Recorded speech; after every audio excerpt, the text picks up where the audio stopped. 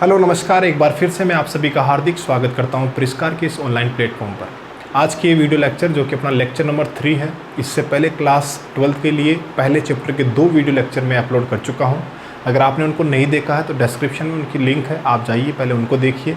ये अपना है लेक्चर नंबर 3, जहाँ आज अपन बात करेंगे, सबसे पहले बात करेंगे पदार्थों का आवेश प्रवाह के आधार पर क्या क्या वर्गीकरण किया गया, पहले अपन उसकी डिस्कशन करेंगे। देन अपन बात करेंगे आवेशन की क्या क्या विधियां हैं, और फिर अपन चलेंगे आवेश के मूल गुण, जहां आवेश का क्वांटमीकरण हम पढ़ेंगे, जहां हम पढ़ेंगे आवेश का संरक्षण नियम, आवेश की योज्यता और आवेश की निश्चरता। फिर इन पर आधारित कुछ बेसिक न्यूमेरिकल्स जो कि पिछले काफ़ी कंपटीशन एग्जाम में या बोर्ड एग्जाम में पूछे गए हैं। तो चलिए शुरू करते हैं। सबसे पहले अपन बात करें कि आवेश प्रवाह के आधार पर जो पदार्थों का वर्गीकरण है, तो मुख्यतः 2 हिस्से किए गए हैं पदार्थों के। एक वो जो चालक कहलाते हैं और एक को अपन क्या कहते हैं, कुचालक। चालकों को इंग्लिश में अगर बात करें तो कंडक्टर्स बोला जाता है, चाहो तो आप इनका इंग्लिश नाम भी लिख सकते हो। ये होते हैं कंडक्टर, और इनको बोलते हैं इंसुलेटर। क्या कहा जाता है इनको? इंसुलेटर। अब देखिए क्या होते हैं चालक, क्या होते हैं कुचालक, पहले उनकी बात कर लेते हैं अपन। तो ये बेसिक डेफिनेशन है, वो छोटी क्लासों से आप पढ़ते आ रहे हो। चालक किन्हें कहेंगे? जिनमें आवेश प्रवाह संभव हो, यानी वे पदार्थ जिनसे होकर आवेश प्रवाहित हो सकता है उन्हें अपन क्या कहते हैं? चालक। जबकि जिनसे आवेश प्रवाहित नहीं हो सकता है उन्हें अपन क्या कह देंगे? कुचालक। अब बात करें इनके एग्जाम्पल्स की, तो जो धातुएं जैसे चांदी है, तांबा है, लोहा है, ये सब क्या है? धातुएं हैं, और ये विद्युत की क्या होती है? चालक होती है। ठीक है, अगर आप इनमें भी, अगर इन चालकों में भी अगर आप कंपैरिजन करने बैठोगे तो सबसे बढ़िया जो चालक है वो है चांदी। तो अगर कहीं आपको कोई छोटा प्रश्न मिल जाए कि सर्वोत्तम चालक कौन होता है, तो वो है चांदी, क्योंकि इसकी प्रतिरोधकता सबसे कम होती है। तो सबसे बढ़िया चालक कौन है? चांदी। इसके अलावा देखिए वेरी इंपॉर्टेंट, ध्यान रखना, अपना मानव शरीर और पृथ्वी ये भी क्या है? चालक है, अर्थात इनसे भी आवेश प्रवाहित हो सकता है। और यही कारण है कि जब भी घरों में कोई वायरिंग ख़राब हो जाती है और अपन उनको सही करने का काम करते हैं तो घर वाले अक्सर कहते हैं कि चप्पल पहन लीजिए। क्या कारण है, अभी उसको छोटे से एग्जाम्पल से अपन समझने की भी कोशिश करेंगे। अभी के लिए आप ध्यान रखना, अपना मानव शरीर और ये जो पृथ्वी है ये भी क्या है? विद्युत के चालक है। अब देखिए बात करते हैं कुचालक, जिनको विद्युत रोधी या क्या बोलते हैं? इंसुलेटर्स। देखिए सबसे पहली चीज़, इनमें आवेश प्रवाहित नहीं होता है। क्यों नहीं होता, अभी रीज़न समझेंगे। ठीक है, इनमें क्यों होता है, इनमें क्यों नहीं होता, ये अपन बाद में समझेंगे। पहले इनकी डेफिनेशन और एग्जाम्पल देख लेते हैं। तो इनमें आवेश प्रवाह नहीं होता। अगर एग्जाम्पल की बात करें तो कांच है, कागज़ है, मोम है, एबोनाइट है, प्लास्टिक है, ये सब कुचालक इंसुलेटर्स के एग्जाम्पल्स होते हैं। तो ये बेसिक डिटेल्स आप अपनी कॉपी में नोट कर सकते हो। ठीक है, कि चालक, कुचालक, फिर उनके एग्जाम्पल आप लिख लीजिए फटाफट। तो वीडियो को पॉज करके फटाफट पहले इन डिटेल्स को अपनी कॉपी में आप नोट डाउन कर लीजिए। अब देखिए एक सवाल और आता है बच्चों का कि जो जल है यानी जो पानी है वो चालक होता है या कुचालक होता है। तो देखिए पानी में फिर आपको कुछ चीज़ें देखनी पड़ेगी। अगर शुद्ध पानी है, शुद्ध जल है, तब तो वो क्या होगा? कुचालक होगा। यानी ध्यान दें, अगर आप नोट डाउन करके लिखना चाहो तो इसको लिख सकते हो। जो शुद्ध जल होता है, जो शुद्ध जल है वो तो क्या होगा? कुचालक। लेकिन अगर उसी जल में, अगर आप जल में क्या डाल दो? अम्ल डाल दो, क्षार डाल दो या कोई लवण डाल दो, ठीक है, फिर एक विलयन तैयार होगा, वो फिर क्या बन जाएगा? वो फिर चालक बन जाएगा। क्या बन जाएगा? चालक बन जाएगा। इस बात का विशेष तौर पर आप ध्यान रखो। यानी शुद्ध जल तो कुचालक होता है, लेकिन अगर उसमें अशुद्धियाँ मिला दी जाए, जैसे अम्ल, क्षार या लवण मिला दिए जाए, तो ये जो जलीय विलयन बनेगा वो विद्युत का क्या हो जाएगा? चालक हो जाएगा। और क्यों हो जाएगा? क्योंकि इनके डालने से उसमें क्या बन जाते हैं? आयंस बन जाते हैं, और ये आयंस आवेश प्रवाह का काम फिर करने लग जाते हैं। इसीलिए जल फिर क्या बन जाएगा? चालक बन जाएगा। ध्यान रखना। अब देखिए ये तो हमने डेफिनेशन देख ली कि चालक क्या होता है, कुचालक क्या होता है, लेकिन और उनके एग्जाम्पल भी देख लिए। लेकिन बात आती है कि चालकों में ऐसा क्या है कि वो चालक कहलाते हैं, यानी उनमें आवेश प्रवाह होता है, जबकि कुचालकों में ऐसी कौन सी चीज़ नहीं है कि वो फिर आवेश प्रवाह नहीं कर पाते हैं। तो ये सारा डिफरेंस होता है मुक्त इलेक्ट्रॉन से। किनसे होता है? मुक्त इलेक्ट्रॉन से। अब बात करते हैं कि मुक्त इलेक्ट्रॉन्स क्या है। तो एक छोटे से एग्जांपल से मैं आपको कोशिश करूंगा कि मुक्त इलेक्ट्रॉन का जो कंसेप्ट है वो आप समझ पाओ, ताकि आपको पता चले कि आखिर चालकों में मुक्त इलेक्ट्रॉन होने के कारण वो चालक बन जाते हैं, जबकि कुचालकों में वो नहीं होते। कौन नहीं होते? मुक्त इलेक्ट्रॉन्स नहीं होते हैं, इसीलिए वो आवेश प्रवाह नहीं कर पाते। तो चलिए समझते हैं कि मुक्त इलेक्ट्रॉन्स क्या होते हैं आखिर।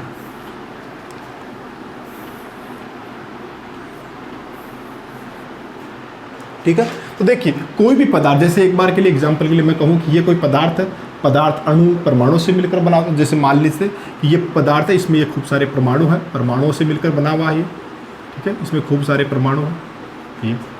आगे बात समझ में। अब देखिए किसी एक परमाणु को अपन साइड में लेकर उस पर डिस्कशन करते हैं। देखिए परमाणु में क्या होता है, नाभिक होता है। नाभिक किससे मिलकर बना होता है, प्रोटॉन और न्यूट्रॉन से। न्यूट्रॉन पर तो कोई आवेश होता नहीं है, लेकिन प्रोटॉन पर कैसा आवेश होता है, धनावेश। यानी अगर मैं कहूँ कि ये परमाणु का क्या है, नाभिक है, तो नाभिक क्या होता है भाई, धनावेशित। क्या होता है, धनावेशित। क्यों होता है, क्योंकि नाभिक में कौन होते हैं, प्रोटॉन्स, और प्रोटॉन्स पर कैसा चार्ज होता है, पॉजिटिव चार्ज होता है, यानी नाभिक क्या हो गया, धनावेशित।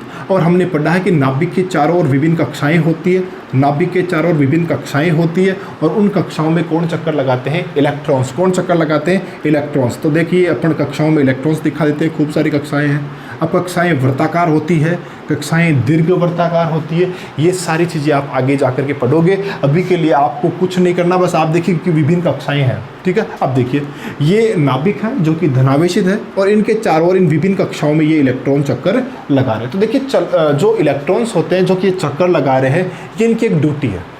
विभिन्न कक्षाओं की जो इलेक्ट्रॉन है, इनकी एक ड्यूटी है कि इनको नाभिक के चारों ओर क्या लगाना होता है, चक्कर लगाना होता है, ठीक है। इसीलिए ये सारे इलेक्ट्रॉन्स जो चक्कर लगा रहे हैं उनको अपन बोलते हैं बाउंड इलेक्ट्रॉन, बद्ध इलेक्ट्रॉन, ठीक है। देखो अब मुझे एक बात बताइए कि ये जो धनावेशित नाभिक है, ये इस इलेक्ट्रॉन पर अपना कंट्रोल रखेगा या नहीं रखेगा। इलेक्ट्रॉन है ऋणावेशित कण और ये है धनावेशित भाग, तो धनावेश और ऋणावेश के बीच में आकर्षण होगा, तो इस इलेक्ट्रॉन को ये नाभिक बांध के रखता है, ठीक है। लेकिन अगर मैं इस इलेक्ट्रॉन से इस इलेक्ट्रॉन पर आ जाऊं, ठीक है, तो नाभिक का कंट्रोल अगर मैं तुलना करूं तो इस पर ज़्यादा होगा और इस पर कम होगा, क्योंकि ये नाभिक से दूर चला गया। अगर मैं बाह्यतम कोश के इस इलेक्ट्रॉन की बात करूं तो यहाँ जाते जाते तो नाभिक का कंट्रोल और भी कम हो जाएगा, ठीक है। तो देखिए इस इलेक्ट्रॉन पर नाभिक का कंट्रोल सबसे ज़्यादा है, फिर थोड़ा और कम हो गया, फिर थोड़ा और कम। यानी हम ये देख रहे हैं कि जैसे जैसे अपन बाहरी कक्षाओं में जा रहे हैं, उस इलेक्ट्रॉनों पर फिर नाभिक का कंट्रोल धीरे धीरे क्या होने लग जाता है, कम होने लग जाता है। तो देखिए बाह्यतम कोश में जितने भी इलेक्ट्रॉन्स है, बाह्यतम कोश में जितने भी इलेक्ट्रॉन्स चक्कर लगा रहे हैं, उन इलेक्ट्रॉन्स पर नाभिक का उतना कंट्रोल नहीं रह पाता है। और इन्हीं इलेक्ट्रॉनों में से कुछ इलेक्ट्रॉन्स जो है, सारे के सारे नहीं कह सकते अपन, इन्हीं बाह्यतम कोश से कुछ इलेक्ट्रॉन्स में से, इन्हीं इलेक्ट्रॉनों में से कुछ की एनर्जी थोड़ी इतनी ज़्यादा हो जाती है कि वो अपने आप को इस ड्यूटी से हटा लेते हैं। ड्यूटी क्या है, चक्कर लगाने वाली। तो ये अपने आप को उस ड्यूटी से दूर कर लेते हैं। जैसे मान लीजिए ये बाह्यतम कोश में 4 इलेक्ट्रॉन थे, उनमें से इस इलेक्ट्रॉन ने एनर्जी बढ़ गई, इसकी एनर्जी ज़्यादा होने से इसने अपने आप को उस चक्कर लगाने वाली ड्यूटी से फ्री कर लिया है। इसकी एनर्जी ज़्यादा हो गई थी, इस कारण से इस पर अब नाभिक का उतना कंट्रोल नहीं रहा जो बाकी इलेक्ट्रॉन्स पर है। अब देखिए, अब यहाँ पर एक चीज़ को आप समझना कि ये जो इलेक्ट्रॉन्स है ये पूर्ण तरीके से परमाणु को छोड़ के नहीं जा रहा, इस बात का आप विशेष तौर पर ध्यान रखोगे। लेकिन इसकी एनर्जी थोड़ी ज़्यादा होने के कारण ये अपने आप को इस ड्यूटी से फ्री कर लेता है। इसी इलेक्ट्रॉन को, इसी उच्च ऊर्जा वाले इलेक्ट्रॉन को अपन क्या बोलते हैं, मुक्त इलेक्ट्रॉन बोलते हैं। अब ध्यान रखना, इस मुक्त इलेक्ट्रॉन पर इस नाभिक का कंट्रोल नहीं रहा, ये चारों ओर गति करने के लिए स्वतंत्र है। अब ये इधर उधर विचरण कर सकता है, लेकिन इन इलेक्ट्रॉन्स को इधर उधर विचरण करने नहीं देगा। कौन करने नहीं देगा, नाभिक नहीं करने देगा। अब देखो, अब इस परमाणु पर जरा आप ध्यान गौर करिए, ये इलेक्ट्रॉन है, इलेक्ट्रॉन बाहर आते ही ये परमाणु क्या हो गया। देखो जैसे इलेक्ट्रॉन ये बाहर आ रहा है तो ये जो परमाणु है वो किसकी तरह बिहेव करेगा, ये एक धनायन की तरह बिहेव करेगा। तो ये तो हो गया परमाणु धनायन, और ये अपना क्या हो गया, ऋणावेशित इलेक्ट्रॉन। तो अब ये चीज़ें होती है एक चालक के अंदर। चालक में क्या होते हैं, ये मुक्त इलेक्ट्रॉन होते हैं। यानी बाह्यतम कोश में ऐसे इलेक्ट्रॉन होते हैं जिनकी ऊर्जा इतनी ज़्यादा हो जाती है कि फिर वो नाभिक से अपने आप को दूर कर लेते हैं और स्वतंत्र रूप से विचरण करने के लिए वो हो जाते हैं, यानी वो इधर उधर विचरण कर सकते हैं। तो अब देखो, ये हो गए मुक्त इलेक्ट्रॉन। अब बात आती है कि मुक्त इलेक्ट्रॉन पदार्थ में कहाँ रहते हैं, क्या पूर्ण तरीके से छोड़कर जाते हैं। तो मैं बार बार रिपीट कर रहा हूँ कि पूर्ण तरीके से पदार्थ को छोड़ करके नहीं जाते हैं। अब देखो, ये अपना परमाणु था, तो इसका मुक्त इलेक्ट्रॉन जैसे यहाँ आ गया, इस परमाणु का मुक्त इलेक्ट्रॉन मान लो यहाँ पड़ा है, एक मुक्त इलेक्ट्रॉन यहाँ पड़ा है, एक यहाँ पड़ा है, एक यहाँ पड़ा, इन रिक्तियों में आ जाते हैं ये इलेक्ट्रॉन्स। अब अपन ये भी देखो, इसमें एक चीज़ और ध्यान रखना कि अपन ये भी नहीं बता सकते कि ये इलेक्ट्रॉन किस परमाणु का है, ठीक है। ये अपनी जगह को बार बार बदलते रहते हैं, तो ये होते हैं मुक्त इलेक्ट्रॉन। इन प्रकार से इन रिक्तियों में, पदार्थ की रिक्तियों में ये इलेक्ट्रॉन्स पाए जाते हैं, जिनको अपन क्या कहते हैं, मुक्त इलेक्ट्रॉन। तो जिनमें ये, जिन पदार्थों के परमाणुओं में ये इलेक्ट्रॉन्स पाए जाएंगे वो तो हो गए चालक, और जिनमें ये नहीं पाए जाएंगे वो फिर क्या कहलाएंगे, कुचालक कहलाएंगे। तो ये होते हैं मुक्त इलेक्ट्रॉन।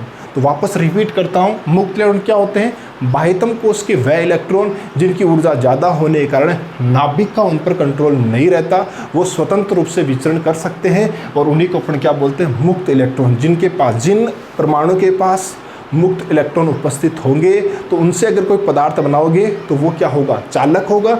जबकि जिन पदार्थों में अगर मुक्त इलेक्ट्रॉन्स नहीं है तो फिर वो क्या होंगे, कुचालक होंगे। देखिए एक बात ध्यान रखना यहाँ पर, अगर इन सारे इलेक्ट्रॉन्स को मैं किसी भी बाह्य फोर्स से एक तरफ कर देता हूँ तो ये फिर जो परमाणु बचा हुआ परमाणु वो किसका काम करेगा, धनावेश का काम करेगा, क्योंकि इनसे इलेक्ट्रॉन दूर हो रहा है। इस बात का भी आप विशेष तौर पर ध्यान रखना, क्योंकि अभी जब अपन प्रेरण विधि पढ़ेंगे तो वहाँ इसकी जरूरत पड़ने वाली है। तो ये था कुचालक और चालक का छोटा सा कंसेप्ट, जिसमें मैं आपको समझाना चाहता था कि मुक्त इलेक्ट्रॉन आखिर क्या होते हैं, ठीक है। तो जिनमें मुक्त इलेक्ट्रॉन होते हैं वो होते हैं चालक, और जिनमें नहीं होते हैं वो क्या होते हैं, कुचालक, ठीक है। तो इस बात का विशेष तौर पर ध्यान रखना।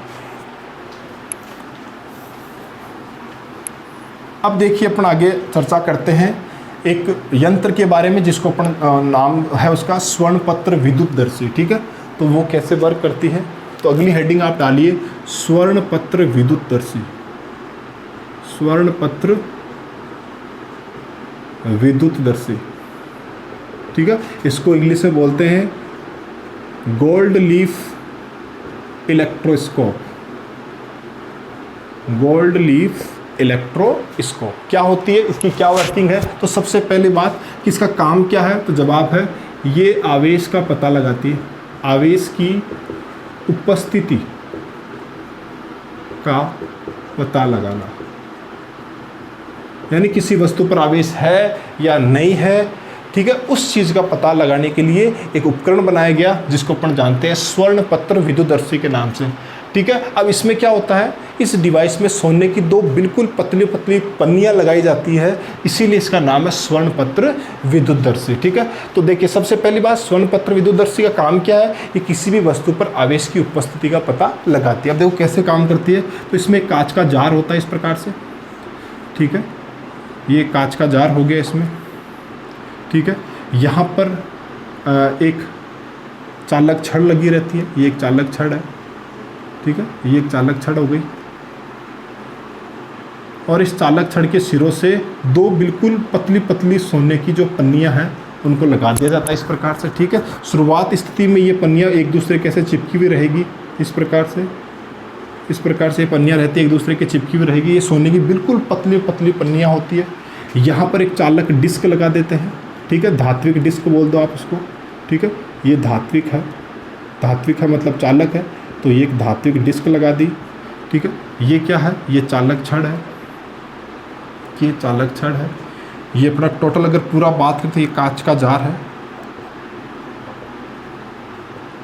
अब देखिए इसको अपन बंद कर देते हैं ताकि इसमें अंदर वायु कम से कम जाए, निर्वात बनाने की कोशिश करते हैं अपन, ठीक है। तो ये बोल देते हैं अपन, ठीक है, कुचालक कॉर्क मतलब ढक्कन, ठीक है, कुचालक है। तो इस प्रकार का सिस्टम होता है एक स्वर्णपत्र विद्युतदर्शी में। अब किसी भी वस्तु पर, जैसे मान लीजिए मेरे पास कोई वस्तु है, उस पर आवेश है, तो जैसे अगर मैं आवेशित वस्तु कोई है, जैसे मान लीजिए कोई आवेशित वस्तु है, मैं जैसे इस धात्विक डिस्क पर उसको स्पर्श कराऊंगा तो आवेश, हमें पता है कि ये चालक है तो चालकों में आवेश गति कर सकता है। जैसे मैं इस आवेशित वस्तु को यहाँ स्पर्श कराऊंगा, यहाँ आवेश आएगा और वो इस चालक छड़ से गति करता करता कहाँ पहुँचेगा, इन सोने की पन्नियों में पहुँचेगा, और प्लस इधर भी जाएगा प्लस इधर भी जाएगा। मान लीजिए ये कोई प्लस वाली वस्तु आई तो ये प्लस गति करता हुआ ऐसे आएगा और यहाँ भी पहुँचेगा, यहाँ भी पहुँचेगा। दोनों पन्नियों के पास समान प्रकृति का आवेश आएगा, इसलिए इनमें क्या होगा, प्रतिकर्षण, और ये पन्नियाँ फैलकर ऐसे हो जाएगी, ठीक है, क्योंकि इसके पास भी प्लस था, इसके पास भी प्लस था। तो किसी भी वस्तु को अगर मैं अगर ये मान लो ऋणावेशित वस्तु भी होती तो ऋणावेश आता, फिर इन पत्तियों को मिलता, फिर ये फैल जाती। तो जो भी आवेश आएगा, अगर आवेश होगा तो ये पन्नियाँ क्या होगी, फैल जाएगी, और जैसे ही पन्नियाँ फैलेगी हम समझ जाएंगे वस्तु क्या है, आवेशित है। अब देखिए, अगर पन्नियाँ कम फैलती है तो बोलेंगे आवेश कम है, अगर पन्नियाँ ज़्यादा फैलती है तो बोलेंगे आवेश ज़्यादा है। तो किसी भी वस्तु पर आवेश की उपस्थिति का पता करने के लिए ये उपकरण बनाया गया, जिसको अपन जानते हैं स्वर्ण पत्र विद्युदर्शी के नाम पर। तो इस पर ज़्यादा क्वेश्चन आते भी नहीं है, तो नॉर्मली आप ध्यान रखिए कैसे वर्क करती है। कोई भी आवेशित वस्तु उसको लाओ, यहाँ टच कराओ, आवेश इस चालक छड़ से होकर के इन सोने की पन्नियों पर पहुँचेगा और ये प्रतिकर्षण के फलस्वरूप फैल जाएगी, तो हमें पता चल जाएगा कि वस्तु के पास आवेश है। ठीक है, तो इस बात का आप ध्यान रखना। तो ये बिल्कुल सिंपल सा, फटाफट नोट डाउन कर लीजिए, इस पर से प्रश्न बनने की संभावनाएं बहुत कम होती हैं।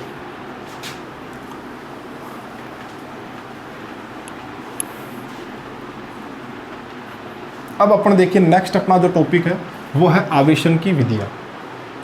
तो नेक्स्ट आप लिखिए आवेशन की विधियां।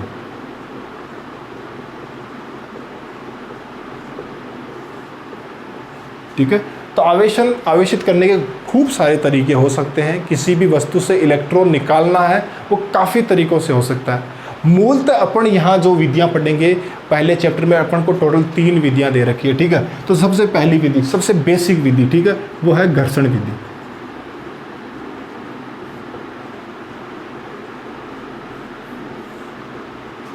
सबसे पहली विधि क्या है, घर्षण विधि। तो अपन बोलेंगे बाय फ्रिक्शन, यानी घर्षण के द्वारा। तो घर्षण विधि में अपन क्या करेंगे, बिल्कुल बेसिक डिटेल है, इसको मैं लिखवाऊंगा नहीं, आप अपने मन से इस चीज़ को लिख सकते हो। मैं आपको एक बार बताता हूँ घर्षण विधि में आखिर अपन करते क्या। जैसे मान लीजिए मेरे पास 2 वस्तुएं हैं, एक मार्कर है, एक मेरा हाथ है। ठीक है, अब मैं इनको आपस में रगड़ूंगा। ठीक है, जैसे मैं इस मार्कर और हाथ को आपस में रब करूंगा, रब करने से क्या होगा, एक जो वस्तु उसमें से इलेक्ट्रॉन निकलेंगे और दूसरी वाली ग्रहण करेगी। तो जो वस्तु इलेक्ट्रॉन का त्याग कर रही है, हमें पता इलेक्ट्रॉन अगर वस्तु त्यागती है तो वो क्या हो जाएगी, धनावेशित, और जो इलेक्ट्रॉन ग्रहण करेगी वो क्या हो जाएगी, ऋणावेशित। अब देखो यहाँ पर घर्षण करने से ऐसा क्या हुआ, तो घर्षण करने से क्या होगा, ताप बढ़ेगा और उष्मा के रूप में इलेक्ट्रॉन्स को ऊर्जा मिलेगी, तो इलेक्ट्रॉन्स बाहर निकलेंगे और दूसरी वाली सतह उनको लेने के लिए तैयार बैठी रहेगी। तो घर्षण से क्या होता है, परस्पर 2 वस्तुओं को आप अगर घर्षित करते हो, घर्षण उनमें करते हो, तो आपस में उनमें इलेक्ट्रॉनों का स्थानांतरण होता है। जो वस्तु इलेक्ट्रॉनों का त्याग करेगी वो हो जाएगी धनावेशित, और जो ग्रहण करेगी वो क्या हो जाएगी, ऋणावेशित। तो आप लिख सकते हो कि, शॉर्ट में लिखवा देता हूँ मैं, घर्षण के फलस्वरूप इलेक्ट्रॉन का स्थानांतरण होता है,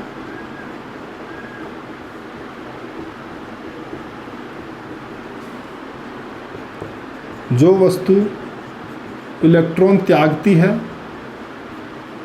वह तो क्या हो जाएगी, धनावेशित। जो वस्तु इलेक्ट्रॉन ग्रहण करती है वह क्या हो जाएगी, ऋणावेशित। ठीक है, तो अब मैं इसे शॉर्ट में लिखवा रहा हूँ, फिर आप अपने हिसाब से इस चीज़ को लिख सकते हो। ठीक है, अब अगर जैसे मैं फॉर एग्जांपल बात करूँ, जैसे जैसे कांच और रेशम, इनको अगर आप आपस में रब करोगे, आपस में कांच को रेशम से रगड़ोगे, तो इनमें इलेक्ट्रॉनों का स्थानांतरण होता है, और स्थानांतरण के फलस्वरूप कांच तो क्या हो जाएगा, धनावेशित, और रेशम क्या हो जाएगी, ऋणावेशित। ऐसे ही अगर फॉर एग्जांपल मैं कहूँ ऊन और एबोनाइट को अगर आप आपस में रब करोगे तो ऊन क्या हो जाएगी, धनावेशित, और एबोनाइट क्या हो जाएगी, ऋणावेशित। ठीक है, इस बात का आप ध्यान रखोगे। तो ये एग्जाम्पल के तौर पर लिख लीजिए, और ये घर्षण विधि, बस इतनी सी घर्षण विधि है। ठीक है, अब यहाँ से देखो, वैसे घर्षण विधि से डायरेक्ट सवाल तो नहीं आता, लेकिन हाँ एक सवाल आ सकता है। क्या सवाल आ सकता है कि क्या कारण है कि एबोनाइट की छड़ को ऊन से रगड़ने पर वह ऋणावेशित हो जाती है। तो देखो, ऋणावेशित अगर कोई भी वस्तु हो रही है तो समझ लेना वो इलेक्ट्रॉनों को ग्रहण कर रही है। तो इसका सीधा सा कारण होगा कि जब एक एबोनाइट की छड़ को ऊन से रगड़ा जाता है तो एबोनाइट की छड़ ऊन से इलेक्ट्रॉन को ग्रहण कर लेती है, इसलिए वो क्या हो जाती है, ऋणावेशित हो जाती है। ऐसे ही प्रश्न को घुमाकर ये कह देगा कि क्या कारण है कि कांच को रेशम से रगड़ने पर कांच धनावेशित हो जाता है। तो कारण क्या लिखोगे, जब कांच और रेशम को आपस में रगड़ा जाता है तो कांच रेशम को इलेक्ट्रॉन त्याग देता है, यानी कांच से इलेक्ट्रॉन निकल जाते हैं, परिणाम स्वरूप कांच क्या हो जाता है, ना, तो अगर धनावेशित का कारण पूछ रहा है तो सीधी सी बात है इलेक्ट्रॉन निकले हैं। और अगर कई कई प्रश्न में ये पूछा जाए कि वस्तु ऋणावेशित हो रही है, तब आप लिख देना कि वस्तु ने इलेक्ट्रॉन ग्रहण कर लिए। तो ये बेसिक था घर्षण विधि बाय फ्रिक्शन। तो अपन ने कहा कि घर्षण के फलस्वरूप दो वस्तुओं में इलेक्ट्रॉनों का स्थानांतरण होता है। एक वस्तु जो इलेक्ट्रॉन को ग्रहण करती है वो तो होती है ऋणावेशित, और जो त्यागती है वो क्या होती है, धनावेशित। और ये उनके एग्जाम्पल, तो आप इस चीज़ को नोट अपने कॉपी में कर सकते हो। दूसरी जो विधि है वेरी इंपॉर्टेंट विधि है, ध्यान रखना, और इस विधि को अपन कहते हैं प्रेरण विधि। तो लिखिए नंबर 2 प्रेरण विधि, जिसको बोलते हैं इंडक्शन मेथड।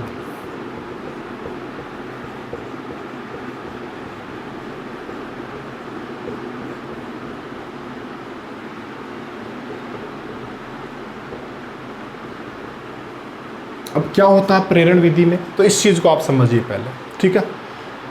तो प्रेरण विधि से भी आप चालकों को ही आवेशित कर पाओगे। कैसे, देखिए इधर समझिए इस बात को। जैसे मान लीजिए ये कोई चालक गोला है, ठीक है, और इसको मैं एक कुचालक स्टैंड पर रख देता हूँ, ठीक है। ये कुचालक होना चाहिए, ध्यान रखना, ठीक है। ये एक अपना चालक गोला है, ठीक है, और ये क्या है, उदासीन। अब मुझे एक बात बताओ, कोई भी वस्तु उदासीन होने का मतलब क्या, उसके पास चार्ज है ही नहीं क्या? जवाब है। लेकिन जितना प्लस है उतना ही क्या है, माइनस है, यानी जितने इलेक्ट्रॉन्स है उतने उसमें क्या है, प्रोटॉन्स है, इसलिए वो क्या है, उदासीन है। अब बात को समझना, ये उदासीन हो गया। अब मुझे इसे क्या करना है, धनावेशित करना है। मुझे क्या करना है, इसे धनावेशित करना है। तो देखिए मैं अगली स्टेप में क्या करूँगा, ये जो अपनी वस्तु थी उदासीन, जो चालक गोला था, ठीक है, इसके समीप में एक ऋणावेशित छड़ लेकर आ गया। ये एक ऋणावेशित छड़ है जो कि मैं इसको टच नहीं कर रहा हूँ, केवल इसके नज़दीक ला रहा हूँ। तो हमें पता है कि इस चालक गोले में क्या है, ऋणावेश है, धनावेश भी है। तो इसका जो ऋणावेश होगा उसको ये ऋणावेश क्या करेगा, प्रतिकर्षित करेगा, और ये ऋणावेश इधर चला जाएगा और इसका धनावेश इस तरफ आ जाएगा। अब देखिए ये एक बेसिक चीज़ है, हमें पता है कि इस चालक गोले के पास उदासीन होने का मतलब जितना धनावेश है उतना ही ऋणावेश है, ठीक है। जैसे ही ऋणावेश छड़ इसके समीप लाओगे, इसके प्लस को एक तरफ अपनी तरफ खींच लेगी और माइनस को प्रतिकर्षित कर देगी। अब मुझे एक बात बताइए कि ये घटना अगर होती है, अगर वास्तविकता में जाए तो ये घटना कैसे संभव है? धनावेशित का मतलब क्या प्रोटॉन्स इधर आ जाएंगे और इलेक्ट्रॉन्स उधर चले जाएंगे? जवाब है नहीं, ऐसा नहीं होगा। मैंने अभी आपको इस चैप्टर की स्टार्टिंग में एक आपको बात बताई थी कि पदार्थ जो होते हैं, चालक जो होते हैं, उनमें जो ये परमाणु होते हैं, ठीक है, और बाहर इन देखो रिक्तियों में कौन आ जाते हैं, मुक्त इलेक्ट्रॉन। कौन आ जाते हैं, मुक्त इलेक्ट्रॉन। अगर मुक्त इलेक्ट्रॉनों को आप दूर करोगे ना तो परमाणु क्या हो जाता है, एक प्रकार का धनावेश का निर्माण कर लेता है। तो देखो जैसे ही आप ऋणावेशी छड़ को लाओगे ना, तो जो परमाणु धनायन है ना वो एक तरफ आ जाएंगे और जो मुक्त इलेक्ट्रॉन है ये उनको दूसरी तरफ कर देंगे। तो ये एक प्रकार से मुक्त इलेक्ट्रॉन है। इलेक्ट्रॉन पर कैसा आवेश होता है, ऋणावेश। तो देखो इलेक्ट्रॉन इधर आ गया, ऋणावेश उधर चला गया और धनावेश इधर आ गया। आगे बात है, अभी भी अगर पूर्ण तरीके से अपन बात करें तो जितना धनावेश है उतना ही ऋणावेश है। अभी तक वस्तु क्या या ना तो धनावेशित हुई है ना ऋणावेशित हुई है। अब देखिए नेक्स्ट स्टेप में क्या करूँगा, ये जो अपना चालक गोला है इसको मैं क्या कर देता हूँ, यहाँ पर अपनी छड़ थी, ये माइनस है और ये क्या है, प्लस है, ठीक है। और यहाँ पर अपने इलेक्ट्रॉन्स थे, ये इलेक्ट्रॉन्स थे यहाँ पर, ठीक है। अब मैं इनको पृथ्वी से जोड़ देता हूँ, इसको बोलते हैं अर्थिंग करना, ठीक है, ग्राउंडिंग बोलते हैं, ठीक है। तो ये मैंने अर्थिंग कर दिया, ठीक है। तो अर्थिंग का चिन्ह होता है, ये देखो बड़ी लाइन फिर छोटी फिर और छोटी, इस पर ये तरीका है दिखाने का। जब भी आपको ऐसा संकेत दिखे ना तो समझ लेना कि अर्थ कर रखा, पृथ्वी से जोड़ रखा। अब पृथ्वी से जोड़ने का मतलब मैंने अभी आपको इसी वीडियो लेक्चर में बताया था कि पृथ्वी भी क्या है, चालक, यानी इसमें भी आवेश संभव है, आवेश प्रवाह संभव है। तो चालक तार से मैंने अर्थ से इसको कनेक्ट कर दिया। तो देखिए क्या करेगा, ये ऋणावेश जो है ये इस तार के से होता हुआ अर्थ में चला जाएगा, ठीक है। ये पूरा पूरा ऋणावेश कहाँ चला जाएगा, अर्थ में चला जाएगा, ठीक है। अब ये ऋणावेश क्यों गया, धनावेश क्यों नहीं गया? तो देखिए धनावेश को तो ये जकड़ के रख रहा, इधर जाने नहीं दे रहा, और जो ऋणावेश है उसको ये धकेल रहा बाहर, तो ये पूरा गति करके वहाँ चला जाएगा। ये तो है बिल्कुल समझने के तरीके से। बेसिकली हुआ क्या है, चीज़ को समझिए। यहाँ पर देखिए जब मैं ऋणावेशी छड़ को यहाँ लेकर आया तो जो इस चालक गोले के जो मुक्त इलेक्ट्रॉन थे ना वो एक तरफ हो गए, इस ऋणावेश से वो ऋणावेशी थे इलेक्ट्रॉन तो वो एक तरफ हो गए। तो ये ऋणावेश है इस तरफ और इस तरफ क्या है, धनावेश। धनावेश का मतलब वो परमाणु धनायन इस तरफ आए हुए हैं, ठीक है। जैसे ही मैं इसको अर्थ करूंगा, हमें पता पृथ्वी क्या है, चालक है, तो ये तो इधर कौन आए हुए थे, इलेक्ट्रॉन्स आए हुए थे, वो सारे के सारे इलेक्ट्रॉन्स इस तार से होकर कहाँ चले जाएंगे, पृथ्वी में चले जाएंगे। पृथ्वी अनंत इलेक्ट्रॉन्स को ले सकती है, अनंत इलेक्ट्रॉन्स दे सकती है, क्योंकि वो चालक है, उसमें से आवेश प्रवाहित हो सकता है। तो सारे के सारे इलेक्ट्रॉन कहाँ चले जाएंगे, पृथ्वी में चले जाएंगे। अब मैं अर्थिंग हटा दूंगा और इसको भी हटा दूंगा। हटाते ये अपना जो चालक गोला था वो कुछ इस प्रकार से प्लस वो फैल जाएगा और अपना चालक गोला क्या हो गया, धनावेशित। क्या हो गया, धनावेशित। बात समझ में आई क्या? इसी प्रकार से अगर मुझे क्या करना होता, इस उदासीन को ऋणावेशित करना होता, तो मैं कौन सी छड़ लेकर आता, पॉजिटिव छड़ लेकर आता। जैसे पॉजिटिव छड़ यहाँ होती, ये इलेक्ट्रॉन्स को इधर खींच लेता, इलेक्ट्रॉन्स को इधर खींच लेता, परमाणु धनायन सारे इधर चले जाते, परमाणु धनायन सारे इधर चले जाते, ठीक है। फिर जैसे ही मैं अर्थिंग करता, तो क्या परमाणु धनायन पृथ्वी में जाते? क्या जवाब है नहीं, परमाणु थोड़ी चले जाएंगे। परमाणु चले जाएंगे तो पदार्थ ही खत्म हो जाएगा। परमाणु धनायन तो यही रहेंगे, लेकिन परमाणु धनायन इस अर्थ से डिमांड करेंगे कि साहब हमारे जो इलेक्ट्रॉन्स थे वो तो एक तरफ चले गए, पता नहीं उसको कोई चीज़ आई जो उनको उधर ले गई।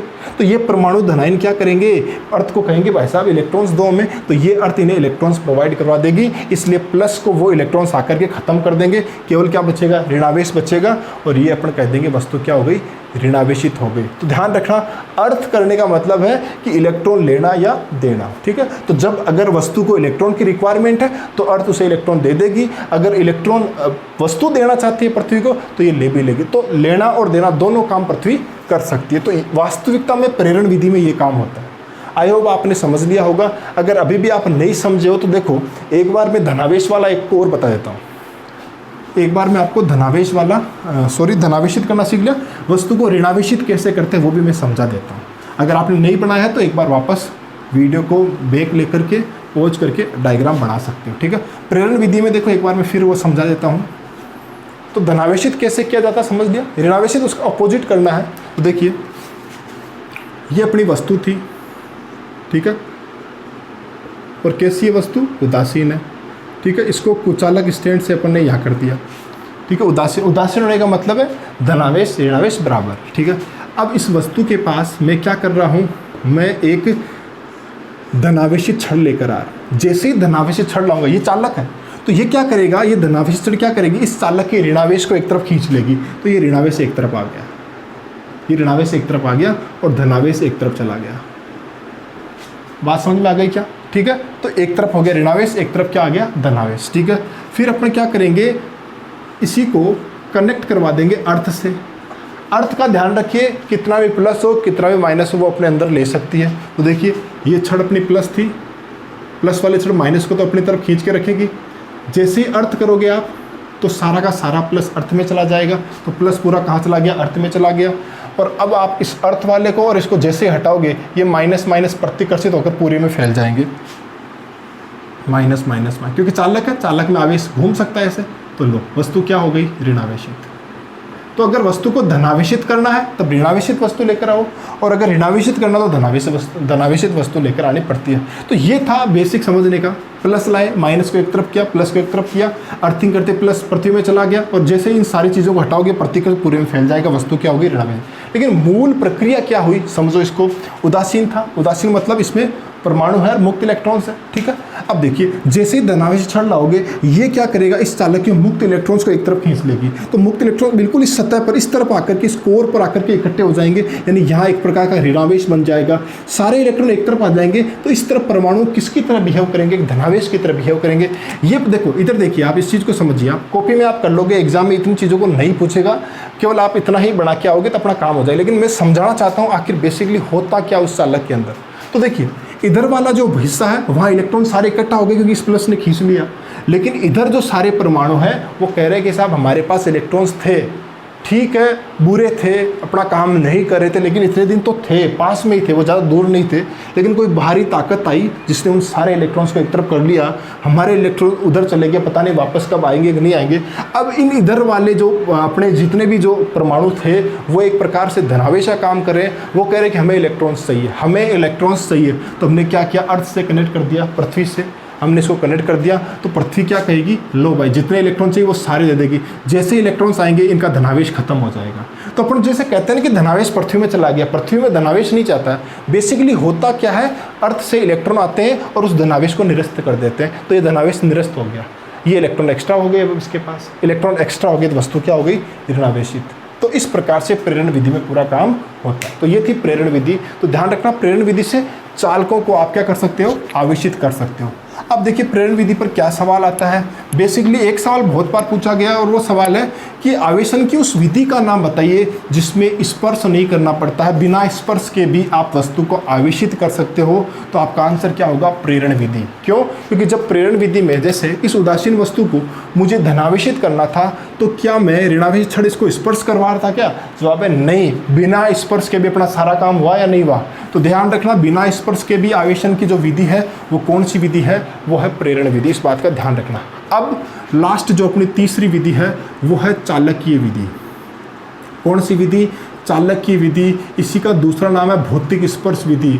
इसमें क्या करना पड़ता है, स्पर्श करवाना पड़ता है, इसलिए इसको बोलते हैं भौतिक स्पर्श विधि। अब देखो चालकीय विधि या भौतिक स्पर्श विधि में क्या होता है, ये कोई चालक है जो कि क्या है, आवेशित है। ये कोई चालक है जो कि क्या है, आवेशित है। और ये कोई दूसरा चालक है जो कि क्या है, उदासीन है। क्या है, उदासीन है। जैसे आप इन दोनों चालकों को स्पर्श करवा के और वापस दूर करोगे, ये दोनों के दोनों क्या हो जाएंगे, आवेशित हो जाएंगे। ये अपने आप में आवेश को बांट लेंगे। अब बात है कि आवेश, इसका आवेश इधर शिफ्ट कैसे हो गया, जवाब दोनों ही चालक है और चालकों में आवेश गति कर सकता है। इसलिए जैसे आपने टच किया, आवेश ने एक दूसरे में क्या किया, स्थानांतरण किया और दोनों को आवेश मिल गया। अब देखो यहाँ प्रश्न ये आता है कि क्या ऐसा हो सकता है क्या। देखिए चीज़ को समझ लिया आपने। ये एक चालक था जो कि क्या था, आवेशित था। लैंग्वेज आप बुक से लिख लेना इसकी भले। ये एक आवेशित चालक है, ये क्या है, उदासीन था। दोनों ही चालक है, ये भी चालक है, ये भी चालक। चालक खासियत क्या, अभी पढ़ा इस चैप्टर की स्टार्टिंग हमने वहाँ से की थी कि चालकों में आवेश प्रवाहित हो सकता है। तो ये आवेशित चालक है, ये उदासीन चालक है। जैसे ही टच कराओगे आवेश प्रवाहित होगा, इनमें आवेश प्रवाह होगा और जैसे हटाओगे ये अपने अंदर आवेश को बांट लेंगे। तो ये भी अब आवेशित है, ये भी आवेशित है, क्योंकि आवेश गति कर सकता है चालकों में। तो इस प्रकार से बांट लेंगे। अब देखिए यहाँ एक चीज़ का ध्यान रखना आप, यहाँ आप एक चीज़ का ध्यान रखना, जैसे ये कोई आवेशित चालक जिसके पास 5 कूलाम आवेश है, ये दूसरा चालक लेकर आया उदासीन है, ठीक है। टच कराओगे या आप सम संख्या में ले ताकि अपने बांट सके। 6 कूलाम आवेश है, ये उदासीन है, ये क्या है, उदासीन है। अब आपने इन दोनों को टच किया, दूर वापस करोगे वैसे ही, क्या ये होगा क्या, 3 कूलाम प्लस 3 कूलाम हो जाएगा, ठीक है। हाँ हो सकता है कि बराबर ना भी हो। बराबर किस कंडीशन में होगा, बराबर उस कंडीशन में होगा अगर शेप, साइज और मटेरियल सेम है। तो सेम मटेरियल के, सेम साइज, सेम शेप हो, उस कंडीशन में बराबर भी बढ़ सकता है। और अदरवाइज अपन इतना ध्यान रखिए कि एक चालक जो कि आवेशित है और एक चालक जो कि उदासीन है, अगर आप उनको स्पर्श करवा के जैसे ही हटाओगे वो एक दूसरे को आवेशित कर देंगे। नहीं, ये तो आवेशित पहले से था, ये इसको भी आवेशित कर देगा, ठीक है। अगर शेप अगर सेम है, साइज अगर सेम है, मटेरियल भी सेम है और मैं कहूँ ये 6 कूलाम का है और ये -6 कूलाम का है, दोनों को टच कराओगे +6 -6 एक दूसरे को निरस्त करके दोनों के दोनों क्या हो जाएंगे, उदासीन हो जाएंगे। दोनों के दोनों क्या हो जाएंगे, उदासीन हो जाएंगे। तो ये थी चालकीय विधि। तो देखिए आज के वीडियो लेक्चर में हमने सबसे पहले डिस्कशन किसके बारे में किया था कि आवेश प्रवाह के आधार पर पदार्थों के वर्गीकरण किया था, जिसमें हमने बात की थी चालक और एक कुचालक, उनके एग्जाम्पल्स देखे हमने। उसके बाद मैंने आपको आवेशन की 3 विधियाँ बताई। पहली विधि कौन सी थी अपनी, थी घर्षण विधि, फिर हमने बात की थी प्रेरण विधि और तीसरी हमने बात की थी चालकीय विधि पर। तो ये बेसिक प्रश्न इन पर आ सकते हैं, ज़्यादा यहाँ से एग्जाम में सवाल नहीं आते, लेकिन इनकी जानकारी होना हमें आनी चाहिए, ठीक है। तो ये था विधियाँ। अब अपन बात करते हैं आवेशों के मूल गुण। तो नेक्स्ट अपनी हेडिंग डालिए और लिखिए आवेशों के मूल गुण। आवेशों के मूल गुण। अब मैं जल्दबाजी इसलिए कर रहा हूँ क्योंकि वीडियो फिर लंबा हो जाता है और फिर मुझे अपलोड करने में काफ़ी दिक्कत आती है, इसलिए थोड़ा मैं स्पीड कर रहा हूँ। तो बेसिक जानकारी थी, इसलिए मैं थोड़ी सी जो आवेशन की विधियाँ थी उन्हें मैंने थोड़ी सी जल्दबाजी आपको की है। अगर दिक्कत है तो आप कमेंट करके बता देना, मैं वापस इसका कोई ना कोई सॉल्यूशन आपको बता दूँगा। तो देखिए आवेशों के मूल गुण। आवेशों के मूल गुणों में सबसे पहला मूल गुण आवेश संरक्षण नियम। आवेश संरक्षण नियम। तो हेडिंग डाल लीजिए आवेश संरक्षण नियम, ठीक है। और इसके बारे में जो अपना प्रीवियस वीडियो था उसमें भी हमने डिस्कशन किया था। क्या डिस्कशन किया था मैंने कि आवेश हमेशा संरक्षित रहता है, किसी भी निकाय के आवेश को आप ना नष्ट कर पाओगे ना उत्पन्न कर पाओगे। हाँ, स्थानांतरण कर सकते हो, इधर से उधर कर सकते हो, लेकिन ख़त्म नहीं कर पाओगे। या बेसिकली देखो बात को समझिए, यहाँ पर ख़त्म नष्ट करना या उत्पन्न करना भी ना बोलकर आप ये बोल दीजिए कि निकाय का जो कुल आवेश है, और निकाय भी कैसा, विलगित निकाय। ठीक है, अभी बताऊंगा विलगित भी क्या होता। चलिए पहले अपन लिख लेते हैं, किसी भी विलगित निकाय का, किसी भी विलगित निकाय का कुल आवेश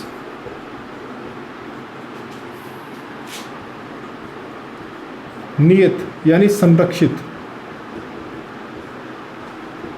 बना रहता है। यही आवेश संरक्षण का नियम है, ध्यान रखना। अब देखो विलगित शब्द को अंग्रेजी में बोलते हैं आइसोलेटेड। आइसोलेटेड का मतलब क्या हुआ, जैसे मैंने कहा ये कोई वस्तु है, ठीक है, इस वस्तु को दुनिया की किसी अन्य चीज से कोई मतलब नहीं है, यानी ये वस्तु दुनिया से बिल्कुल आइसोलेट की हुई है, अलग की हुई है। ये ना तो बाहर की दुनिया को कुछ देगी ना बाहर की दुनिया से कुछ लेने वाली है, तो इसको अपन बोलेंगे विलगित निकाय। ये जो निकाय है ना बाहर कुछ देखने वाला है ना बाहर कुछ लेने, जो कुछ होना है वो इस निकाय के अपने अंदर ही होना है। तो ऐसे निकाय को अपन क्या बोलते हैं, विलगित निकाय। क्या बोलते हैं, विलगित निकाय। अब देखो अगर इस विलगित निकाय का टोटल चार्ज मान लो, इसका टोटल चार्ज हमने चेक किया कितना है, +5 कूलम, तो आप इसमें कोई भी रिएक्शन करवा लीजिए, इस निकाय में कितनी भी रिएक्शन आप करवा लीजिए, इसका टोटल चार्ज हमेशा कितना रहेगा, 5 कूलम। जैसे मान लीजिए इसमें अलग अलग कण, जैसे एक कण ये था जिसके पास चार्ज था 10 कूलम, एक कण ये था जिसके पास चार्ज है मान लो +20 कूलम, और इसके पास एक कण ऐसा जिसके पास है -25 कूलम। ठीक है, अब जोड़ो देखें कितना हो जाएगा चार्ज। देखो 10 और 20 कितना हो गया, 30, और 30 में से 25 गए, माइनस वाला है तो घट जाएगा, तो नेट +5 कूलम बच रहा है। ये था इसका एक कण A, ये इसका एक कण था B, और ये इसका कण क्या है C। अब इन्होंने आपस में रिएक्शन की, और रिएक्शन करने के बाद में हमने पाया कि इसके पास कितना हो गया, 20 हो गया, इसके पास कितना हो गया, 20। ठीक है, तो बताओ C के पास अब कितना होगा। तो हमें पता है कि टोटल चार्ज तो कितना रहना चाहिए, 5 रहना चाहिए। अगर ये 20 और 20 मिलकर 40 कर रहे हैं ना, तो यहाँ पर 35 तो कम करने पड़ेंगे, तो ऑटोमेटिकली इसके पास कितना हो जाएगा, -35 कूलम। ठीक है ना। तो कोई सी भी रिएक्शन करवा लो, कितनी भी रिएक्शन अगर इसमें हो, लास्ट में जाकर अगर टोटल चार्ज निकालना ना इस विलगित निकाय का, वो नियत बना रहेगा, और यही कहलाता है आवेश संरक्षण का नियम। जैसे देखो मैं अगर कुछ एग्जाम्पल करूँ यहाँ पर, कोई रिएक्शन की अगर मैं बात करूँ तो देखिए, ठीक है, जैसे देखो HCl, ठीक है, बिल्कुल उदासीन लग रहा है, ठीक है, ये टूट जाएगा H+ में और Cl- में। इस प्लस, इसके पास जितना धनावेश है उतना इसके पास ऋणावेश है, वापस इनको जोड़ोगे एक दूसरे को निरस्त करके क्या बना देंगे, उदासीन कर देंगे। ठीक है, ऐसे और भी कई सारे रिएक्शन है, जैसे देखो इलेक्ट्रॉन्स और पोजिस्ट्रॉन, ठीक है, ये ऋणावेशित कण है, ये धनावेशित कण है, ये एक दूसरे से मिलकर के और किसका निर्माण कर देंगे, एनर्जी का, विद्युत चुंबकीय तरंग का निर्माण कर देंगे, गामा किरण का निर्माण कर देंगे। तो देखो ये ऋणावेश, ये धनावेश, अगर मैं रिएक्शन के पहले देखो, इसके पास है धनावेश, प्लस के पास कितना, माइनस, इसके पास है -1.6 × 10⁻⁻19 कूलम, इसके पास है +1.6 × 10⁻⁻19। नेट जुड़ करके अगर मैं बात करूँ तो ये है उदासीन, या मैं कहूँ कि Q जो नेट है वो कितना है, 0। यहाँ देखो गामा क्या होती है, एक विद्युत चुंबकीय तरंग है जो कि आवेशहीन होती है, तो Q यहाँ पर भी कितना है, 0 है। तो इस प्रकार से मैं ये कहना चाहता हूँ, कोई भी रिएक्शन ले लीजिए आप, वो अभिक्रिया होने के पहले जितना चार्ज है, अभिक्रिया होने के बाद भी उतना ही चार्ज रहेगा। यही कहलाता है आवेश संरक्षण का नियम। तो ध्यान में रखना इस चीज़ को आप। तो ये था आवेश संरक्षण का नियम। नेक्स्ट देखिए,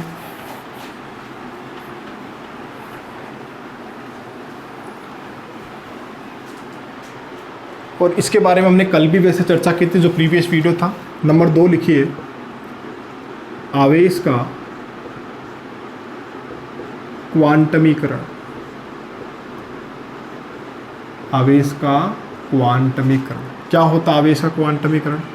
तो देखिए किसी भी वस्तु के पास जो कुल आवेश है, मैंने कल आपको समझाया था, जैसे ये कोई वस्तु है, ठीक है, इलेक्ट्रॉन के पास जो आवेश होता है वो कितना होता है भाई, इलेक्ट्रॉन के पास 1.6 × 10⁻⁻⁹ कूलम होता है, ठीक है।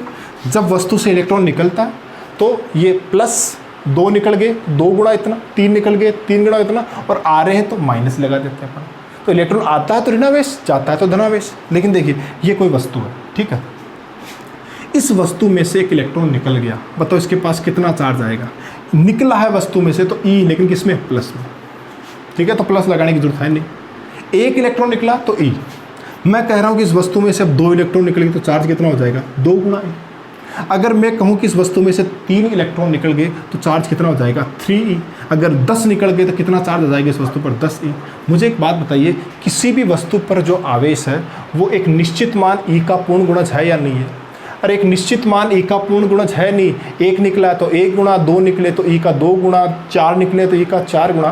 तो इस e का एक निश्चित गुणा हमें मिल रहा है या नहीं मिल रहा है आवेश का मान, तो जवाब है हाँ मिल रहा है। तो अगर कोई चीज़ ऐसी हो कि वो एक निश्चित न्यूनतम मान का पूर्ण गुणज मिल रही है तो अपन बोलते हैं कि वो क्या है, क्वांटीकृत होता है। वो क्या है, क्वांटीकृत होती है। तो इसका मतलब आवेश भी क्या होता है, क्वांटीकृत होता है। और आवेश के इस गुण को अपन क्या कहते हैं, आवेश का क्वांटमीकरण। तो ध्यान रखना, डेफिनेशन क्या लिखेंगे अपन, तो लिख लीजिए कि किसी भी निकाय का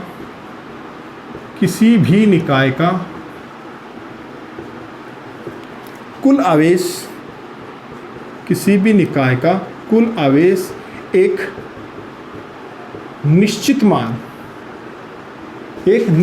और ये कितना होता है, E बराबर 1.6 × 10⁻⁻⁹ कूलम। एक निश्चित मान का पूर्ण गुणज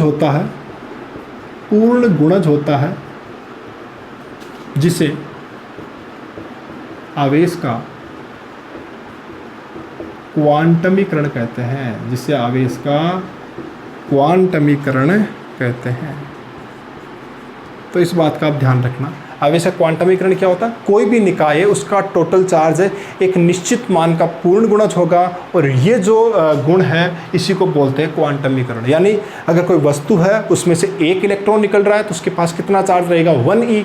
2 निकल रहे तो 2e, 10 निकल रहे तो 10e, 1000 निकल रहे तो 1000e। लेकिन ये e का तो गुणा रहेगा कि नहीं रहेगा, e के गुणज में तो रहेंगे या नहीं रहेंगे, जवाब हाँ रहेंगे। तो इसका मतलब है कि आवेश क्या होता है, क्वांटीकृत होता है, ठीक है। यानी जो आवेश Q है वो किसका गुणज होता है, E का, और यहाँ पर लगा देंगे n, ठीक है। तो Q बराबर क्या हो गया, n। अब इस n का मान कितना हो सकता है, जवाब है n का मान 1, 2, 3, 4, 5 ऐसे करके अनंत तक हो सकता है। अब देखो, क्या किसी वस्तु पर इतना आवेश हो सकता है क्या किसी वस्तु पर यह आवेश हो सकता है कि Q बराबर 1.5e, ये हो सकता है? ये कब संभव है? किसी भी वस्तु पर 1.5e आवेश कब संभव है, अगर वस्तु में से कितने इलेक्ट्रॉन निकले, 1 निकलेगा तो E होता, 2 निकलेगा तो 2e होता। तो 1.5 कब होता है, जब 1.5 इलेक्ट्रॉन निकले तो। और क्या कभी 1.5 इलेक्ट्रॉन निकल सकते हैं? जवाब है नहीं। इलेक्ट्रॉन या तो निकलेगा नहीं, निकलेगा तो पूरा निकलेगा। तो यानी E का 1 गुणा, 2 गुणा, 3 गुणा, 4 गुणा, 5 गुणा, 6 गुणा ये आवेश आपको मिलता है, यानी पूर्ण गुणज मिलेगा, आधा अधूरा नहीं मिलेगा आपको, ठीक है। तो इस बात का आप ध्यान, यानी n का जो मान है वो 1, 2, 3, 4, 5 यही होगा, कभी 1.5, 2.5, 4.5, 3, 4.5 ऐसा नहीं मिलेगा, पूर्ण संख्या आपको मिलने वाली, इस बात का ध्यान रखना। तो ये हमने चार्ज का फॉर्मूला लिख दिया, Q बराबर ±NE, जहाँ Q क्या है आवेश, N क्या है इलेक्ट्रॉन्स की संख्या, और E क्या होता है फिक्स मान है 1.6 × 10⁻⁻19। अब देखो मैंने यहाँ प्लस और माइनस दोनों क्यों लगाए, भाई इलेक्ट्रॉन निकल रहे हैं तब +NE, और इलेक्ट्रॉन आ रहे हैं तो -NE, यानी प्लस या माइनस कुछ भी हो सकता है आवेश। तो ये इस प्रकार से आवेश के क्वांटमीकरण से अपन को ये Q बराबर ±NE, और इस सूत्र के बारे में हमने इससे प्रीवियस वीडियो में डिस्कशन कर ली थी, इसलिए मैं ज़्यादा समय अब आपका खराब नहीं करूंगा। अब देखो इसी सूत्र पर आधारित सवाल भी हमने कल किए थे कि जैसे आवेश का मान दे दे 1 कूलम और इलेक्ट्रॉन की संख्या पूछ ले, तो अपन को मतलब है कि n का मान पूछा जा रहा है। ठीक है। या कभी आपको इलेक्ट्रॉन्स की संख्या देख करके पूछ ले वस्तु पर कितना आवेश आएगा, यानी आपको क्यू पूछ रहा है, एन दे दिया, ई तो फिक्स होता है कितना 1.6 × 10⁻⁻⁹। और इसी टॉपिक पर से एक छोटा सवाल आता है कि आवेश का क्वांटम मान बताइए, आवेश का क्वांटम मान बताइए या आवेश का न्यूनतम मान बताइए। तो आवेश का क्वांटम मान या आवेश का न्यूनतम मान कितना हो सकता है, ई हो सकता है, कितना हो सकता है ई, और ई बराबर कितना होता है। तो जब भी एग्जाम में सवाल आए कि आवेश का क्वांटम मान लिखिए या आवेश का न्यूनतम मान कितना होता है या मूल आवेश कितना होता है, प्रश्न को घुमाया जा सकता है, लैंग्वेज घुमाई जा सकती है, तो उसका आंसर होगा 1.6 × 10⁻⁻⁹ कूलम, यानी इससे कम आवेश नहीं हो सकता। 1.6 × 10⁻⁻⁹ कूलम से कम आवेश नहीं हो सकता है। और यही होता है आवेश का न्यूनतम मान, आवेश का क्वांटम मान, या इसी को बोल सकते हैं अपन कौन सा, क्वांटम मान, न्यूनतम मान या मूल आवेश। ठीक है, तो ये अलग अलग नाम होंगे। इस प्रकार से एक छोटा प्रश्न एग्जाम में आपको पूछा जा सकता है। अब देखिए 1.6 × 10 की यानी ई जो होता है वो क्या होता है, मिनिमम वैल्यू होती है चार्ज की। अब देखिए आजकल क्या है, पार्टिकल्स की अलग अलग खोज चल रही है, अध्ययन चलते जा रहे हैं, तो कुछ कण हैं उनके बारे में खोज है, लेकिन अभी उनके बारे में पूर्ण तरीके से अपन नहीं कह सकते। थोड़ा सा मैं बता देता हूँ आपको। वैसे आपको इतना ही ध्यान रखना है कि आवेश का न्यूनतम मान कितना होता है, ई होता है आवेश का न्यूनतम मान। तो लिख लो आप नोट डाल करके, आवेश का न्यूनतम मान कितना होता है, ई मतलब 1.6 × 10⁻⁻�19 कूलम। ठीक है। वैसे देखिए अगर अपन बात करें स्पेशली, आप ध्यान रख लो क्वार्क कणों के बारे में, अगर आपने पढ़ा है या नहीं पढ़ा ध्यान रखना। क्वार्क कणों की आजकल खोज हुई है, ठीक है, जिन पर चार्ज देखा गया। क्वार्क कई प्रकार के होते हैं, जैसे अप क्वार्क, एक होता है डाउन क्वार्क, और भी कई सारे। ठीक है, इन क्वार्क कणों की खोज की गई है और इनमें पाया गया है कि इन पर जो आवेश है वो ई से भी कम है। कितना, कईयों पे पाया गया 2/3e, कईयों पे पाया गया है -2/3e, कईयों पे e/3, कईयों पे -e। ये चार्ज पर यानी ई से भी कम चार्ज इन पर पाया गया। ठीक है, लेकिन इनका अध्ययन अभी जारी है और कहा गया है कि स्वतंत्र अवस्था में ये विद्यमान नहीं होते हैं, इसलिए आज भी अपन आवेश का न्यूनतम मान क्या मानेंगे, ई मानेंगे। जरूर इन क्वार्क्स के पास भी जो चार्ज है वो ई से भी कम पाया गया है, लेकिन अपन न्यूनतम मान किसको मानेंगे, ई को ही मानेंगे। अगर ऐसा कहीं आपको लिखा मिलता है तो बिल्कुल भी कंफ्यूज नहीं होना आपको। अगर कहीं आपसे कहे कि ई का न्यूनतम अगर आपसे कोई पूछे कि आवेश का न्यूनतम मान क्या होता है तो आप ई बताओगे। अगर वहाँ से आपको कोई ये क्वार्क वाली कहानी बताए तो इस चीज़ से आपको बिल्कुल भी नहीं घबराना है, क्योंकि इन क्वार्क्स का अध्ययन अभी जारी है। और दूसरी चीज़ ये क्या है, स्वतंत्र अवस्था में नहीं रहते। जैसे देखो कहा गया, थोड़ा सा और बता दूं मैं आपको, जैसे प्रोटॉन्स हैं। प्रोटॉन के बारे में कहा गया कि प्रोटॉन का निर्माण 2 अप क्वार्क और एक डाउन क्वार्क से हुआ। यानी देखो अप क्वार्क मतलब यू, एक अप क्वार्क मतलब यू, और एक डाउन क्वार्क मतलब डी। ये 3 क्वार्क कण मिलकर के और किसका निर्माण कर रहे हैं, प्रोटॉन का। ठीक है, ऐसे ही डाउन क्वार्क और एक अप क्वार्क, ये मिलकर किसका निर्माण कर रहे हैं, न्यूट्रॉन का। यानी अपन देखिए अपना अध्ययन का तरीका समझिए आप। सबसे पहले हमने बात की थी अणु के अंदर घुसे अपन कि अणु परमाणु से मिलकर बना होता है। फिर परमाणु के अंदर भी हमने खोज की कि परमाणु में चारों तरफ इलेक्ट्रॉन चक्कर लगाते हैं और बीच में नाभिक होता है, वहाँ प्रोटॉन और न्यूट्रॉन पाए जाते हैं। अब देखिए प्रोटॉन और न्यूट्रॉन को भी तोड़ के कह रहे हैं कि प्रोटॉन भी इन क्वार्क कणों से मिलकर बना होता है, और फिर क्वार्क से भी छोटे कणों की खोज जारी है। तो ये अध्ययन अब चलता जाएगा, कभी ख़त्म नहीं होने वाला है। कोशिश जारी है कि दुनिया में सबसे बड़ी चीज़ क्या है, दुनिया में सबसे छोटी चीज़ क्या है, अध्ययन जारी है। नए रोजाना कुछ ना कुछ देखने को मिलता है। तो देखिए अब प्रोटॉन को क्या कहा गया है कि 2 अप क्वार्क और एक डाउन। अप क्वार्क मतलब 2/3 चार्ज होता है इस पर, इस अप क्वार्क मतलब इसके पास भी 2/3e, और डाउन क्वार्क के पास होता है -e/3। जब आप इनको जोड़ोगे ना तो e मिलेगा आपको। और प्रोटॉन के पास वास्तव में चार्ज कितना होता है, e तो होता है 1.6 × 10⁻। ऐसे अगर आप न्यूट्रॉन की बात करो तो डाउन क्वार्क मतलब e/3 माइनस में, डाउन क्वार्क मतलब -e/3, और अप क्वार्क मतलब 2/3e। जोड़ोगे तो 0 मिलेगा। और न्यूट्रॉन क्या होता है, उदासीन होता है। तो ये, लेकिन देखो कभी स्वतंत्र अवस्था में कोई क्वार्क कण नहीं मिला है, इसीलिए आवेश का न्यूनतम मान क्या माना जाएगा, ई ही माना जाएगा। इस बात का विशेष तौर पर ध्यान रखोगे। चलिए अब आगे अपन बात करें तो हमने 2 गुण पढ़ लिया आवेश की, आवेश का क्वांटमीकरण, और उससे पहले हमने पढ़ा आवेश का संरक्षण। तीसरा देखिए आवेश की योज्यता। तीसरा क्या लिखोगे आप, आवेश की योज्यता। तो तीसरा लिख लो आवेश की योज्यता, जिसको बोलते हैं एडिटिविटी ऑफ चार्जेस। देखो आवेश कैसी राशि है? अदिश राशि। आवेश कैसी राशि है? अदिश राशि। और अदिश राशियों को डायरेक्ट जोड़ सकते हो क्योंकि उनमें दिशा तो होती नहीं, तो अपन को किसी सदिश नियम की जरूरत ही नहीं पड़ती है, उन्हें डायरेक्ट आप क्या कर सकते हो? जोड़ सकते हो। जैसे देखो अगर मैं कहूँ ये मेरे पास कोई वस्तु, ये कोई वस्तु है, ठीक है, ये अलग अलग कणों से मिलकर बनी है, अलग अलग कणों से मिलकर बनी है, ठीक है। इस कण के पास चार्ज कितना? 1 कूलम, इसके पास कितना? 2 कूलम, इसके पास कितना? -3 कूलम, इसके पास कितना है?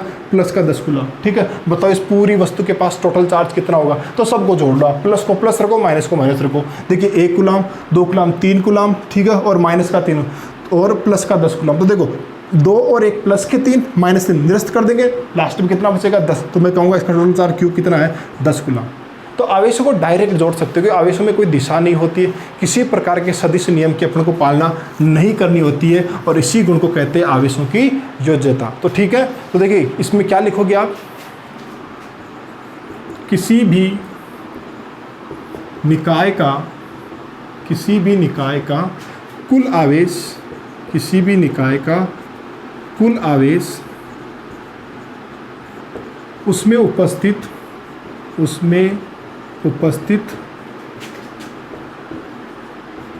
सभी आवेशों के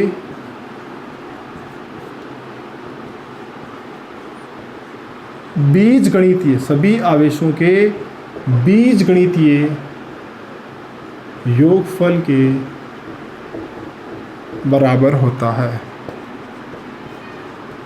ठीक है, किसी भी निकाय का कुल आवेश उसमें उपस्थित सभी आवेशों के बीजगणित योगफल के बराबर होता है। जैसे देखो मान लीजिए कोई निकाय है और इसमें अलग अलग यहाँ Q1 है, यहाँ Q2 है, यहाँ Q3 है, यहाँ Q4 है, ऐसे करते करते ये Q1 आवे, खूब सारे आवेश है इस निकाय में। ठीक है, तो अगर आपसे कोई कहे कि इसका टोटल चार्ज Q कितना होगा, तो हम बोलेंगे Q बराबर कितना होगा?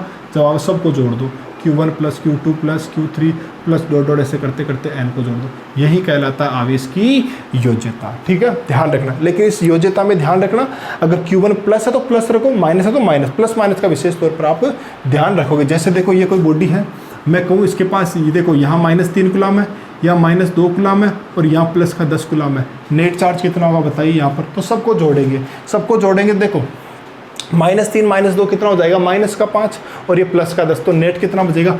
+5 कूलम। तो ये चिन्ह का ध्यान रखना। और विशेष बात इसमें दिशा तो होती नहीं, तो डायरेक्ट जोड़ सकते, तो बीजगणित योगफल कर सकते हैं। तो एग्जाम में सवाल आता है कि आवेश की योज्यता से आप क्या समझते हैं, तो अपन लिखेंगे कि किसी भी निकाय पर जो कुल आवेश है वो उसमें उपस्थित सभी आवेशों के बीजगणित योगफल के बराबर होता है। फिर आप नीचे लिख सकते हो Q बराबर Q1 + Q2 + Q3 dot dot dot Q1। ठीक है, ऐसे ही फिर देखिए NCERT में तो नहीं है अलग से वो मूल गुण, लेकिन चलिए मैं आपको बता देता हूँ। चौथा जो गुण है वो है आवेश की निश्चरता, और उसके बारे में भी हमने कल चर्चा कर ली थी। तो ये आज का लास्ट टॉपिक रहेगा अपने, आवेश की निश्चरता। क्या होती है आवेश की निश्चरता? तो समझ लो इसको यहाँ पर, आवेश की निश्चरता। तो चौथा गुण अपन पढ़ रहे हैं, आवेश की निश्चरता। ठीक है, तो इस पर बिल्कुल सिंपल सी लाइन है कि आवेश पर चाल का प्रभाव नहीं पड़ता है।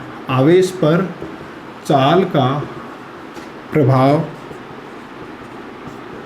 नहीं पड़ता, ये कल मैंने आपको बता दिया था। बस यही आवेश की निश्चरता, यानी आवेश जो विरामावस्था में, किसी वस्तु विरामावस्था में जितना आवेश रहेगा ना, उतना ही आवेश गतिमान अवस्था में रहेगा। ठीक है, तो यही कहलाता आवेश की निश्चरता। यानी कोई वस्तु है वो 5 किलोमीटर पर सेकंड के चाल से गतिमान है और उस पर आवेश का मान 5 कूलम, बाह्य बल से उसकी स्पीड को आपने 100 गुना कर दिया, आवेश कितना रहेगा? अगर पहले 5 कूलम है तब भी 5 कूलम ही रहेगा। यानी आवेश पर गति का कोई प्रभाव नहीं पड़ता, और इसी को अपने कहते हैं आवेश की निश्चरता। लेकिन गति का प्रभाव या चाल का प्रभाव किस पर पड़ता है? द्रव्यमान पर पड़ता है। ध्यान रखना, अगर आप वेलोसिटी इंक्रीज करोगे तो द्रव्यमान में बढ़ेगा। कैसे बढ़ता है, इन सब के बारे में प्रीवियस वीडियो में हम पढ़ चुके हैं, तो आप वहाँ देख सकते हो। ठीक है, तो आवेश पर चाल का प्रभाव नहीं पड़ता है। विरामावस्था में जितना चार्ज होगा, गतिमान अवस्था में उतना ही चार्ज रहेगा। और इसी पे आप नोट डाल करके एक लाइन लिख लीजिए, ये भी आप याद रखना। एक राशि आप पढ़ोगे विशिष्ट आवेश। क्या पढ़ोगे?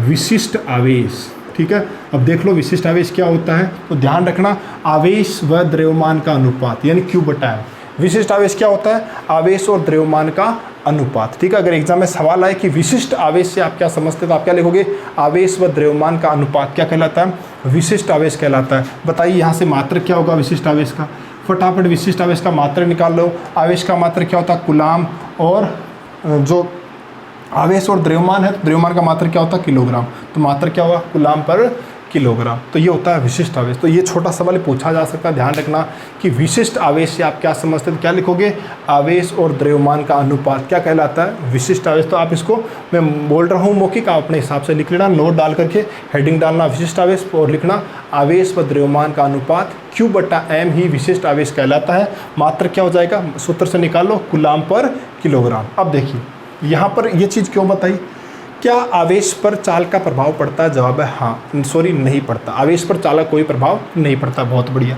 क्या द्रव्यमान पर चाल का प्रभाव पड़ता है, हाँ पड़ता है। कैसे पड़ता है साहब, कि अगर चाल बढ़ाओगे तो द्रव्यमान भी बढ़ेगा, चाल बढ़ाओगे तो द्रव्यमान भी बढ़ेगा, ये हमने कल बात की थी। तो क्या विशिष्ट आवेश पर चाल का प्रभाव पड़ेगा, जवाब है यस पड़ेगा। क्यों पड़ेगा, क्योंकि विशिष्ट आवेश में द्रव्यमान भी आ जाता है। तो देखिए समझ लो इसको एक बार, इसको अपन शॉर्ट में देख लेते हैं एक बार। ठीक है, इनको लिख लेना, विशिष्ट आवेश की परिभाषा वगैरह को लिख लेना। देखिए अगर चाल बढ़ेगी तो द्रव्यमान भी बढ़ेगा, चाल बढ़ेगी तो द्रव्यमान भी बढ़ेगा। और उससे क्या होगा भाई, अगर द्रव्यमान बढ़ेगा तो Q/m का मान क्या हो जाएगा, घट जाएगा। अरे हर का मान बढ़ेगा तो ऑटोमेटिकली पूरी संख्या क्या हो जाएगी, कम हो जाएगी। यानी चाल बढ़ने से विशिष्ट आवेश घटता है, विशिष्ट आवेश क्या होगा भाई, घटता है। इस बात का आप ध्यान रखना कि चाल बढ़ने से आवेश पर क्या प्रभाव पड़ता है, आवेश पर तो कोई प्रभाव नहीं पड़ेगा। चाल बढ़ने से विशिष्ट आवेश पर क्या प्रभाव पड़ता है, घट जाएगा। विशिष्ट आवेश क्या हो जाएगा, घट जाएगा। तो चाल का प्रभाव आवेश पर पड़ता है, विशिष्ट आवेश पर नहीं पड़ता है। जल्दबाजी में गड़बड़ मत कर देना, विशेष तौर पर इस चीज़ को आप ध्यान में रखना। आई होप यहाँ तक की चीज़ें आपके समझ में आ गई होगी। तो आज का मेरा मकसद वैसे कुछ न्यूमेरिकल्स करवाने का भी था, लेकिन अब वीडियो बहुत बड़ा हो जाएगा और अपलोड करने में काफ़ी दिक्कत आएगी, इसलिए आज के लिए इतना ही है। नेक्स्ट वीडियो में हम आगे का भी पढ़ेंगे, कूलाम नियम भी पढ़ेंगे और वहाँ पर कुछ सवाल भी करेंगे। धन्यवाद।